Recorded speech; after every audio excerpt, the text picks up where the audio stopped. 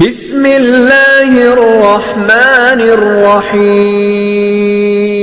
قل لا اسألکم علیہ اجرا، اے میرے حبیب جب مدینے والے آئے ہم نے پیش کیا تھا شان نزول اس کا کہ یا رسول اللہ ہم کیا آپ کی خدمت کر سکتے ہیں، کیا آپ کو پیش کر سکتے ہیں کہ آپ کو ہم اجرت پیش کر دیں آپ کی رسالت جو آپ نے ہم تک پہنچائی، جو آپ نے زحمت اٹھائی۔ تو سرور کائنات نے جواب نہیں دیا بلکہ اللہ نے کہا قل، اے میرے حبیب کہہ دیجئے لا اسألکم علیہ اجرا، مجھے بھی تم سے کچھ اجر نہیں چاہیے۔ ہم نے کہا قرآن کریم میں 5 انبیاء کا اللہ نے نام لے کر کے پیش کیا ہے کہ ان کی امتیں آئیں اور آ کر کے سوال کیا کہ ہم آپ کے لیے کیا کر سکتے ہیں، تو آپ سب نے ہی فرمایا وما سألتکم من اجر ان اجری الا علی اللہ۔ حضرت نوح نے، حضرت شعیب نے، حضرت صالح نے، ان سب نے انبیاء نے قرآن کریم میں واضح الفاظ میں فرمایا کہ مجھے تم سے کچھ اجر نہیں چاہیے، میرا اجر اللہ پہ ہے، وہ دے دو۔ اب جب رسول خدا کی باری آئی تو اللہ نے فرمایا میرے حبیب کہہ دیجئے میں تم سے کچھ بھی اجر رسالت نہیں چاہتا سوائے اس کے کہ میرے قرابت داروں سے مودت رکھو۔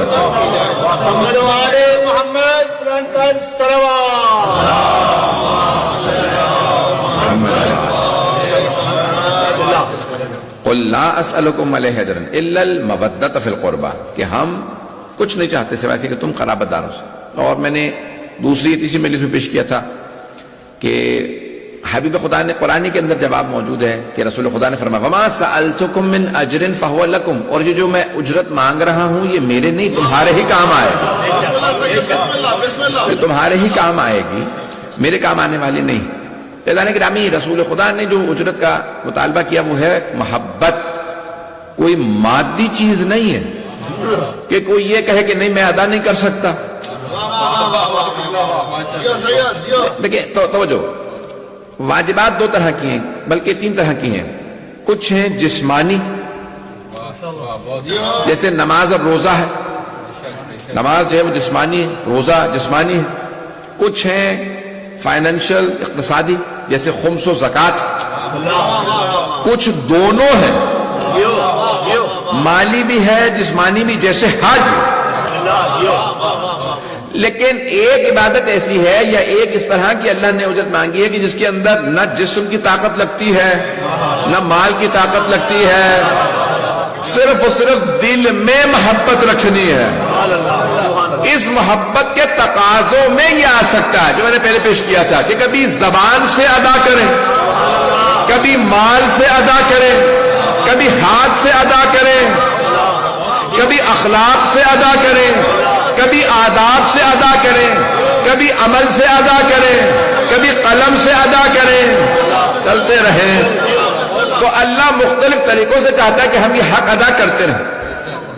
اچھا ایک ہوتا ہے کسی کے اوپر آپ احسان کرتے ہیں، کسی کے ساتھ نیکی کرتے ہیں، توجہ، اور ایک مرتبہ احسان نہیں ہوتا بلکہ اس کا حق ہوتا ہے۔ مجھے نہیں معلوم مطلب ہے یا نہیں بھئی، ایک مرتبہ آپ احسان کہ آپ کے اوپر حق نہیں بنتا، کوئی مثال کے طور پہ جاننے والا نہیں ہے، آپ اس کی مدد کرتے ہیں، واجب نہیں چاہ، اب آپ نے یہ فریضہ انجام نہیں دیا کیونکہ واجب نہیں چاہ تو آپ کا احسان ہے۔ ایک مرتبہ کسی کا حق بنتا، والدین کے ساتھ نیکی کریں تو یہ نیکی نہیں ہے بلکہ واجب ہے، حق ادا کر رہے ہیں،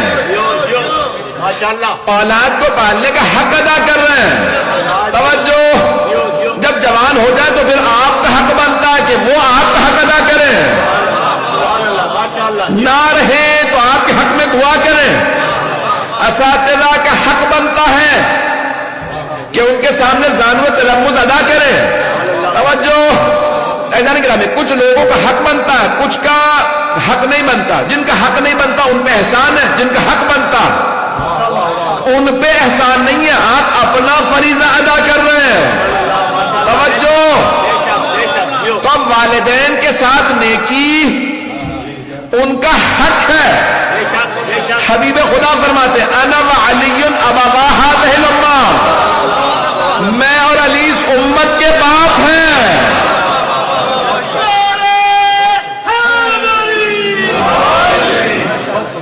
اب اگر آپ ان کے ساتھ کوئی نیکی کر رہے ہیں تو آپ حق ادا کر رہے ہیں، کوئی احسان نہیں کر رہا ہے، رسول خدا کا حق ہے۔ اتنا ہی نہیں کہ حق ہے، بلکہ اللہ فرما رہا ہے قرآن کریم میں ظاہراً سورہ حجرات کی آیت ہے کہ یا ایھا الذین آمنوا لا تقدموا بین یدی اللہ ورسولہ، اے ایمان والو سبقت حاصل نہ کرو اللہ پہ اور اللہ کے رسول پہ، تمہیں پتہ ہی نہیں چلے گا، تمہارا ایمان ضائع ہو جائے گا۔ نہیں ہے مجمع، وَأَنْتُمْ لَا تَعْلَمُونَ کے الفاظ ہیں، تمہیں پتہ ہی نہیں چلے گا۔ اگر تم نے سبقت لی تو اولاً تو کسی نے پیغمبر کو نماز پڑھائی نہیں ہے، اور اگر خدا نہ کرے کوئی آگے کھڑا ہو گیا ہو تو ایمان چلا گیا۔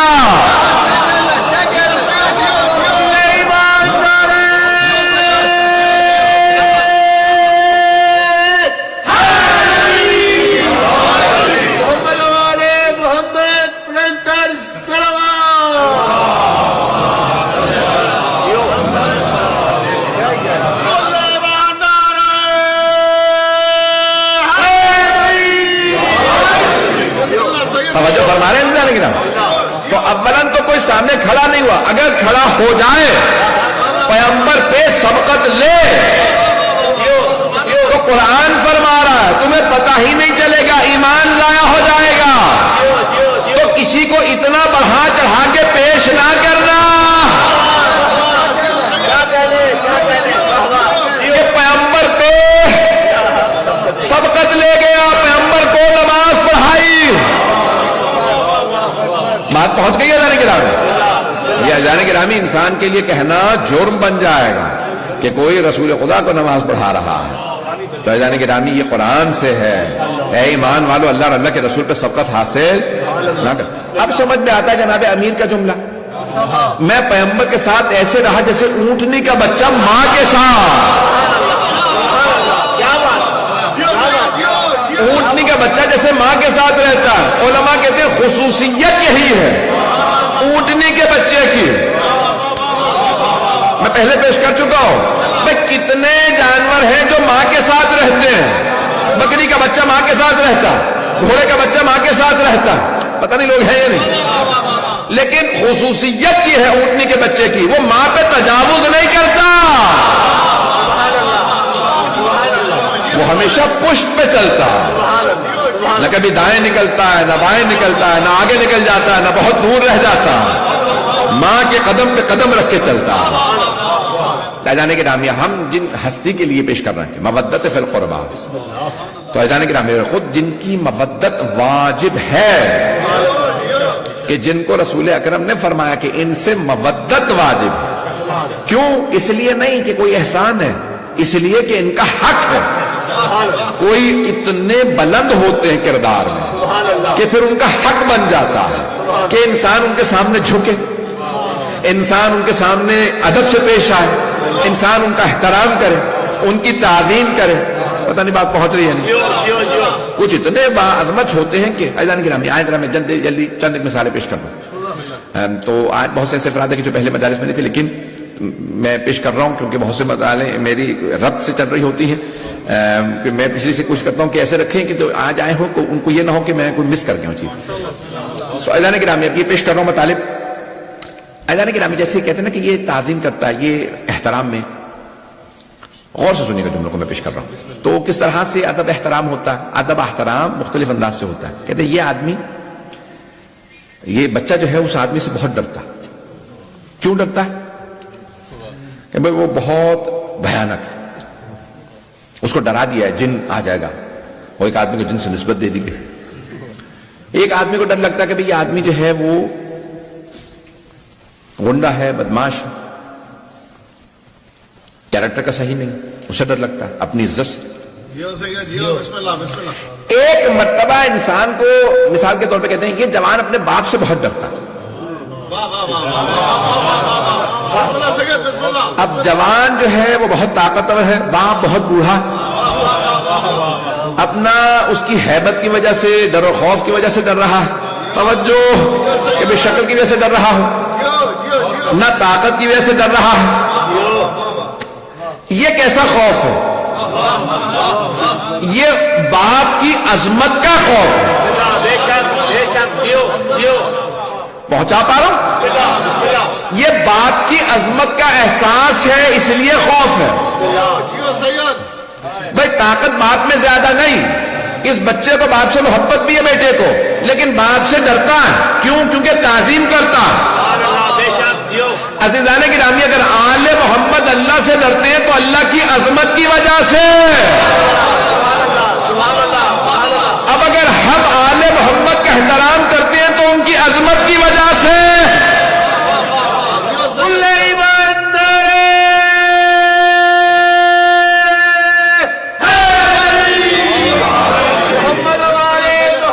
تو آگے تشریف لائیں۔